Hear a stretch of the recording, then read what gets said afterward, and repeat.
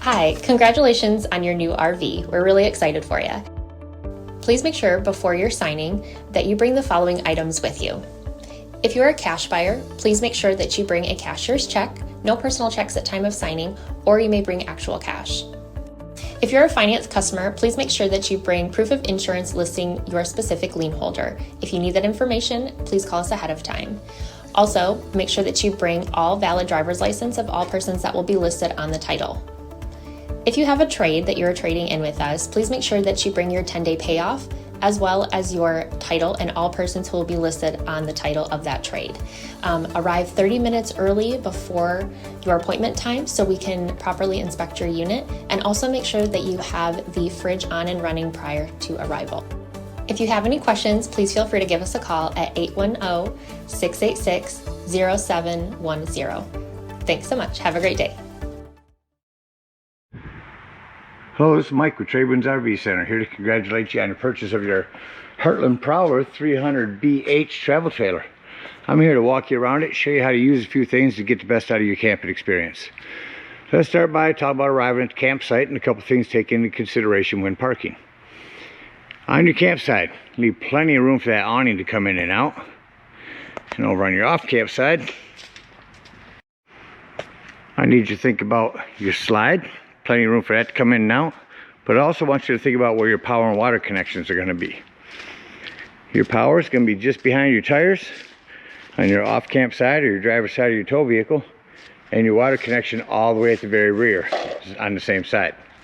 So park accordingly so you can utilize the facilities at the campsite. Once you arrive and unhook your hitch, first thing you do is level your unit. Now, your unit comes with a power tongue jack, night docking light should you arrive at night. Simply raise or lower the unit till you get it level. Should you lose power, underneath this rubber stopper here is a manual override for your hand crank. This will get that up and down should you lose power. Speed of power, check your battery posts. Make sure those haven't wiggled loose over time. Once we've got our unit level, next thing we do is stabilize it. Now your unit is equipped with power stabilizing jacks. I'll show you the switch on the other side, but first I'm going to show you the manual override on this side. Should you lose power, you can also get these up and down with this hand crank. So your power for the stabilizing jacks are on your campsite. Before I run them down, I'm going to recommend stabilizing jack pads. Those jack pads are going to protect the feet of your stabilizing jacks from dirt and debris and hot blacktop in the summer. Good investment. Pick up a 4-pack of those, put them underneath your feet, hit extend, and just run these down just until they're taut. Once you start to feel it lift the unit at all, go ahead and stop. Remember, we've already got a unit level. All we're doing at this point is stabilizing it. Come to the back, repeat the same process back here. Once we've got our unit level and stable, we can hook up our power and water. So again, power cord plugs in back here behind the slide. Big long 50 amp cord. At the end of that 50, should you need to plug into a campsite, we give you a dog bone in your convenience pack, which brings you from 50 down to 30. And if you ever need to plug into a 110, you got a 30 to 15 amperage reducer, so you can plug into a 110. Once we got our power hooked up, let's hook up our water. Your water connection is right here at the rear. City water for campsites. First and foremost, your water pressure regulator. This water pressure regulator is going to reduce the water pressure to 40 to 50 psi, protecting the lines in your unit. Always use this when hooking up water into your unit. If you don't know what the water pressure is at different campsites, so always use these. Get that in there snug, hook up your hose, but before you turn your hose on, let's find your hot water heater. On your unit, your hot water heater is just to the left of the entry doorway. All we're doing at this point, folks, is making sure our drain plug's back in. Throw a little plumber's tape on that, not putty. Putty will gum up on you. 1 1/8" socket. Get that in there nice and snug. Once that's in there tight, you can go ahead and turn that hose on. Now while that hose is running, we've already made our unit level and stable. You can go inside and deploy your slide.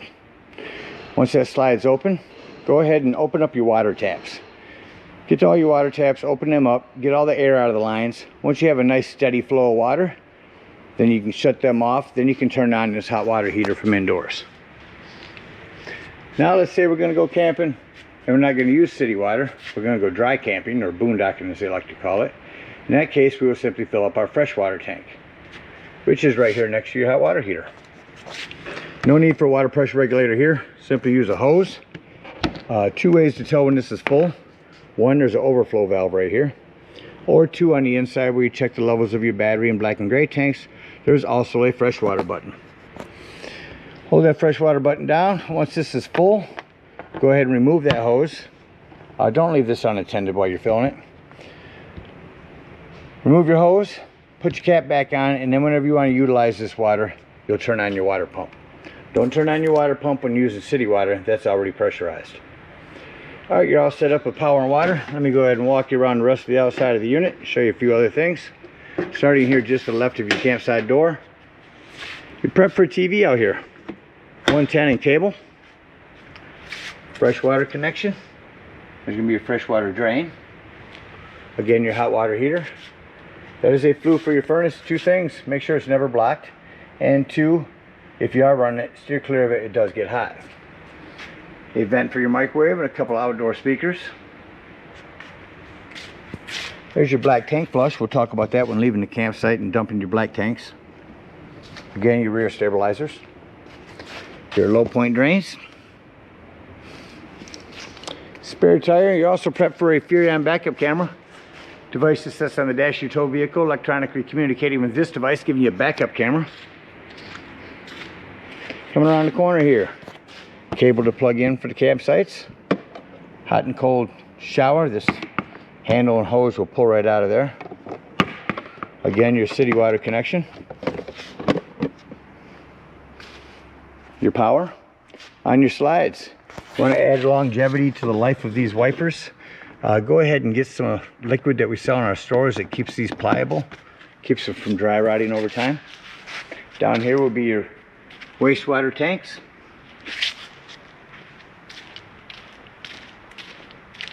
Coming up, front of your slide, again, your power stabilizing jack. Big pass-through storage area. Your propane does come with a cover. Is on a regulator, simply point it toward the tank you wish to be using. Lefty-loosey to open, and you've got gas. I forgot to mention, you are prepped for a solar panel here. You can plug in a solar panel right there, and that'll trickle charge your batteries. Turning back around to your campsite, again, your pass-through storage and your stabilizing jacks. Let's go take a look inside. So the first thing I like to point out in every unit is the fire extinguisher. Make sure that you and everyone that's camping with you knows that the fire extinguisher is located at the entry doorway in case of emergency. Immediately up to your left, exterior lighting, interior lighting, slide control, and awning. On your awning, I'm really close to these other units, so I just want to show you. You only want to run it out until you see that flap fall down to 90 degrees and you'll be able to see your bar. That will run itself out past that point and continue and start to run itself up backwards. So keep an eye on your awning when you're running it out.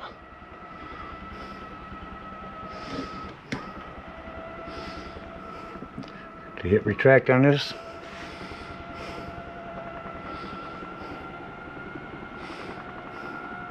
With the awning in, we'll continue the tour.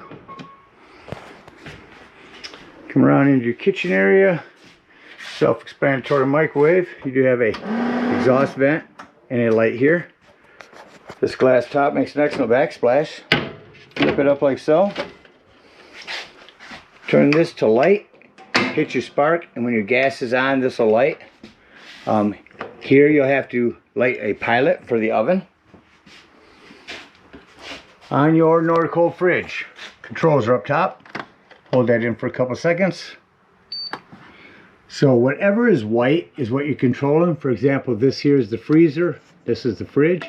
So we like to keep the freezer at 5. Fridge, we'll move that down to 3.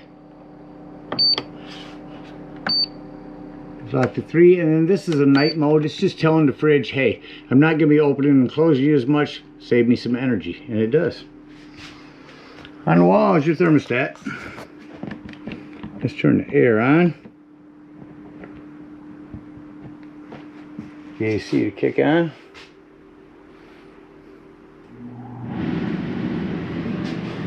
I'm going to shut the air off. Oops, I'm already past off. It's off. Your AC should shut off rather quickly. Now when I turn your furnace on, heat.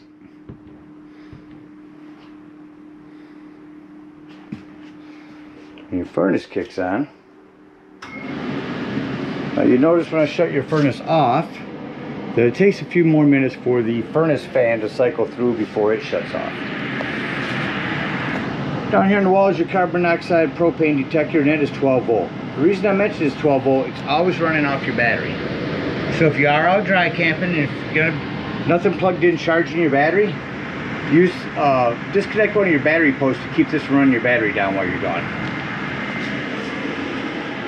Continue down the hallway into our bathroom. Just want to mention in here 110 with GFCI reset.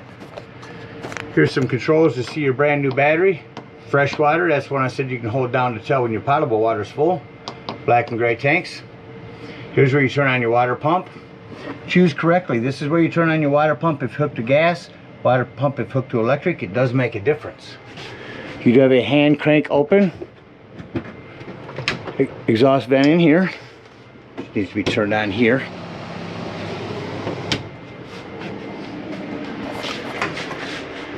Back into our bunk room, you're prepped for a TV back here.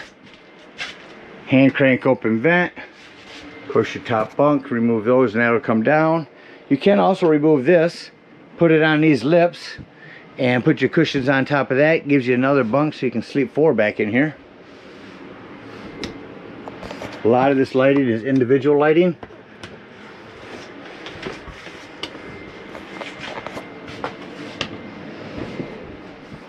Tons of it. Coming out into your living room. Same thing on the dinette here. Wiggle this up, remove your legs, put your top down on these lips here all the way around, put your cushions on top for another sleeping area. Over here, you have your cup holders or jackknife down to another bed. You're prepped for a TV here. If you put a TV in here and you plug in your cable, when you arrive at the campsites, before you run a digital channel scan, make sure there's green lights on.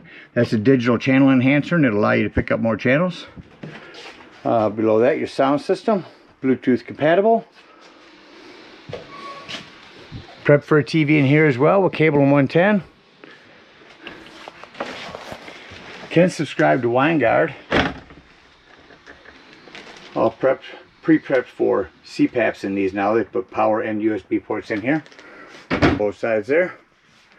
Make sure that your doors for travel, that both of your bedroom doors are snapped open, as well as this other bathroom door or bedroom door. Make sure that's snapped open for travel. That about covers everything on the inside. Act like we're leaving the campsite and get ready to close the unit up. I'd like to start by shutting off as many individual lights that I know are on. Come to your control panel, shut off those lights. Then you can see whatever lights need to be shut off by hand. All the lights are off. Come back to your control panel and turn on your interior lights. Now I'm going to say doors and drawers. Make sure all doors and drawers are closed. Nothing's going to impede your slides from coming in.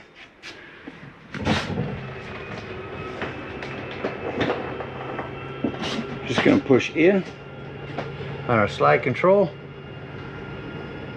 You see this utilizes pretty much every inch you can. Especially make sure these doors here are closed. You don't want to rip those off just because you're closing up your slide.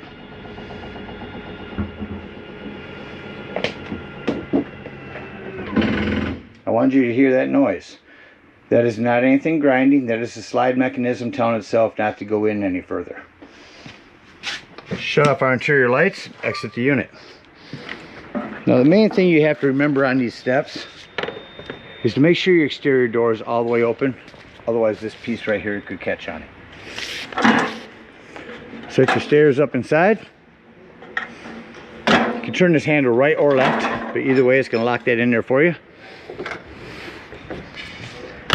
Lock and deadbolt your exterior door. Lift and turn your handle. At this point we're going to unhook our cable, our water, and our power.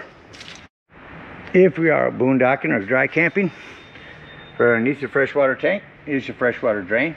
You can go ahead and dump that. Otherwise, hook up your hitch and head on up to your dump station.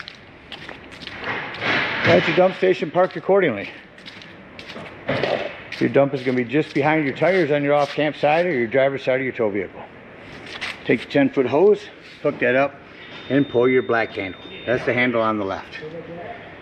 Now you can listen for that to be done draining, or go inside and go in the bathroom and press your black tank button until when that's empty. Once that's empty, leave that black handle open. Grab the hose at the dump station. Come on over here to your black tank flush. Again, use your water pressure regulator. Hook that up and turn that on. Again, making sure that black tank handle is open. Run that hose for a good 5 minutes and wash all that nastiness out of your black tank. When you're done, put your cap back on. Remove the hose, of course. Come back over here. Make sure all that washout that you just put in there has drained.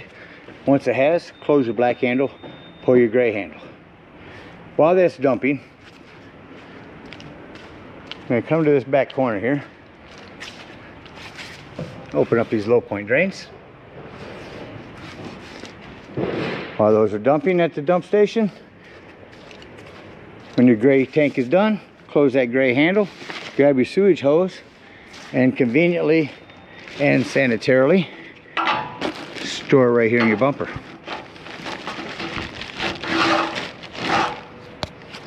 Now after our low point drains have done drain, go ahead and close them up. Come back up here to your hot water heater. You're going to lift up on this pressure release valve. That's going to dump the remainder of your hot water out. Make sure that handle goes back down when it's done. Then you can pull this drain here. And you are all set to head on home. Again, we thank you guys so much for your purchase. Hope you enjoy this Prowler for many years to come. Happy camping.